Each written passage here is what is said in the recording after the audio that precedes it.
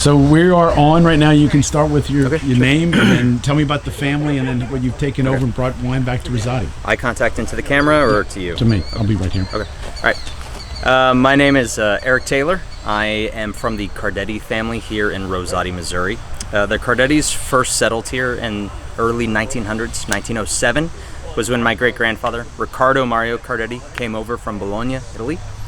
And they settled in this area, and what my team and I like to joke about is first they built a house, then they made babies, then they planted a vineyard. Those are kind of the most important aspects to Italian culture is family, religion, but then wine is a very, very important aspect of their daily lives.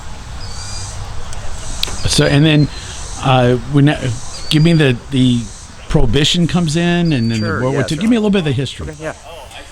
So back around this time, Rosati was actually called Knobview, known for the three main hills right in this area. Knob, term for a large hill.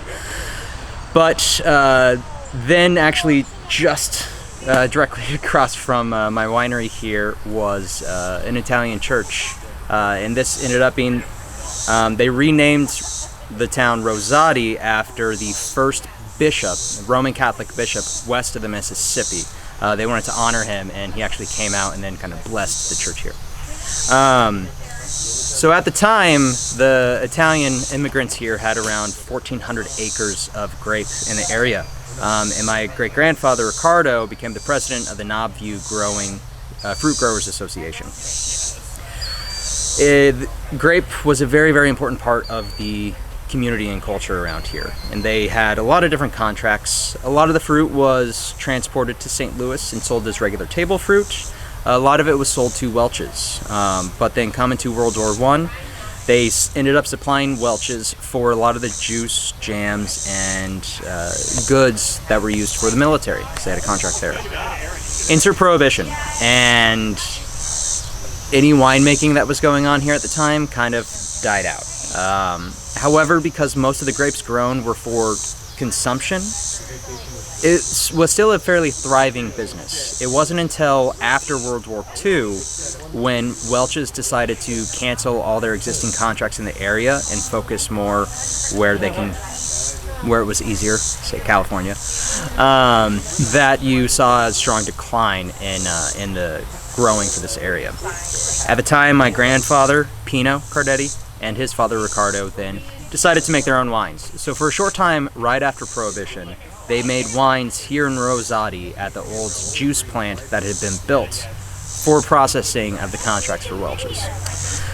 I have always been super fascinated by that portion of my family history, and I thought that it was a great way to honor my past. So ever since I was 10 years old, I have done my own independent studies on wine. Not to say just I've been drinking wine forever.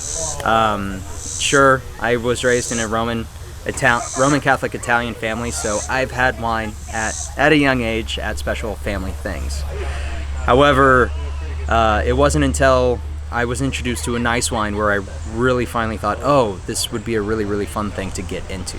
Now, the grapes we grow out here are a little different, maybe, than, say, the grapes grown in California and most of the rest of the world, in fact, but they're such a unique culture and history for the area. It's difficult out here to grow grapes. It's difficult to make wine. But because the first people to this area were so passionate about that, they found a way to make it work. So what we do here with Cardetti Heritage Winery is we're trying to honor that history and to help bring it into more of a modern time by utilizing new techniques and just new methods of working with some of the same grapes that they had at the time. What is some of the wines you have now? So for our climate, we work with a lot of hybrids, where my buddy and I, Casey Stuck, he's one of my best friends ever.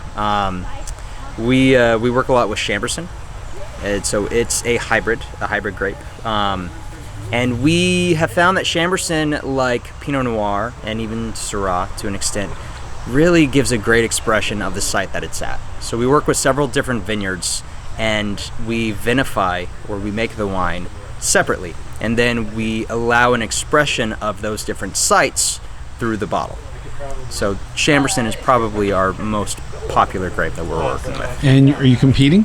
Competing? Yes, actually. So my background's as a sommelier. I am a certified sommelier with the Court of Master Sommeliers, and I'm working on my advanced exam. So we like to take kind of more of a worldwide view of wines. So we've actually submitted some of our wines to TechSom, an international wine awards held by sommeliers who have maybe a little bit of a wider knowledge of wines. And one of our single vineyard Chambersons actually just took judge selection, so top wine for the category that it was in. So yes, we're beginning to compete from different competitions. We've also submitted a few of our Chambersons to the Missouri wine competition, and both of those took golds. Casey and I like to joke we took half the golds for Chamberson in Missouri this year, so we're pretty excited about that. And you have a restaurant. We do. In town, we have a restaurant called Just a Taste. It features a strong pasta and Italian flair, but we don't like to call ourselves an Italian restaurant. And we deal exclusively with farm to table for our proteins and most of our produce as well. So trying to do everything as locally as possible, both here at the winery and at our restaurant in St. James. And website or social media, how does someone find you? We're very active on social media. Just a Taste Mo is our handle. Wait, 1 second, just let me check. Sure. And I can start that over. Okay.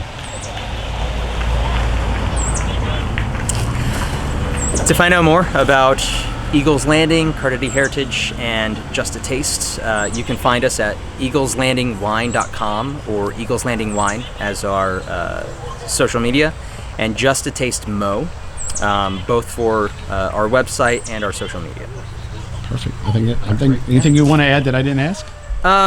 Yeah, our favorite wine that we do is called Stark's Star, and it has a very, very strong local heritage as well. The Stark brothers have a nursery in Missouri, and it's still an active nursery, and they purchased the rights to this grape back in the late 1800s and renamed it Stark's Star. It was their prized grape that they grew and offered to people in the area.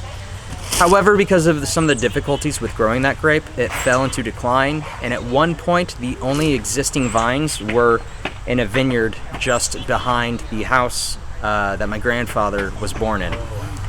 We make a wine from that I offer in honor of my grandfather called Pinot's Blend. And it's a very, very nostalgic wine, especially for the locals here. Most of the locals taste it and they say it's exactly like the, well, they called it Dago Red. The wines, you got it, okay. The wines that the Italian families would make in their basement. They said it has a nostalgic character like that, but is just a little bit cleaner. So, yeah. So that is one of our prized wines. Perfect. Yeah. I'm good. I think it was a great Sure. ending. Yeah, Thank you. Thank you.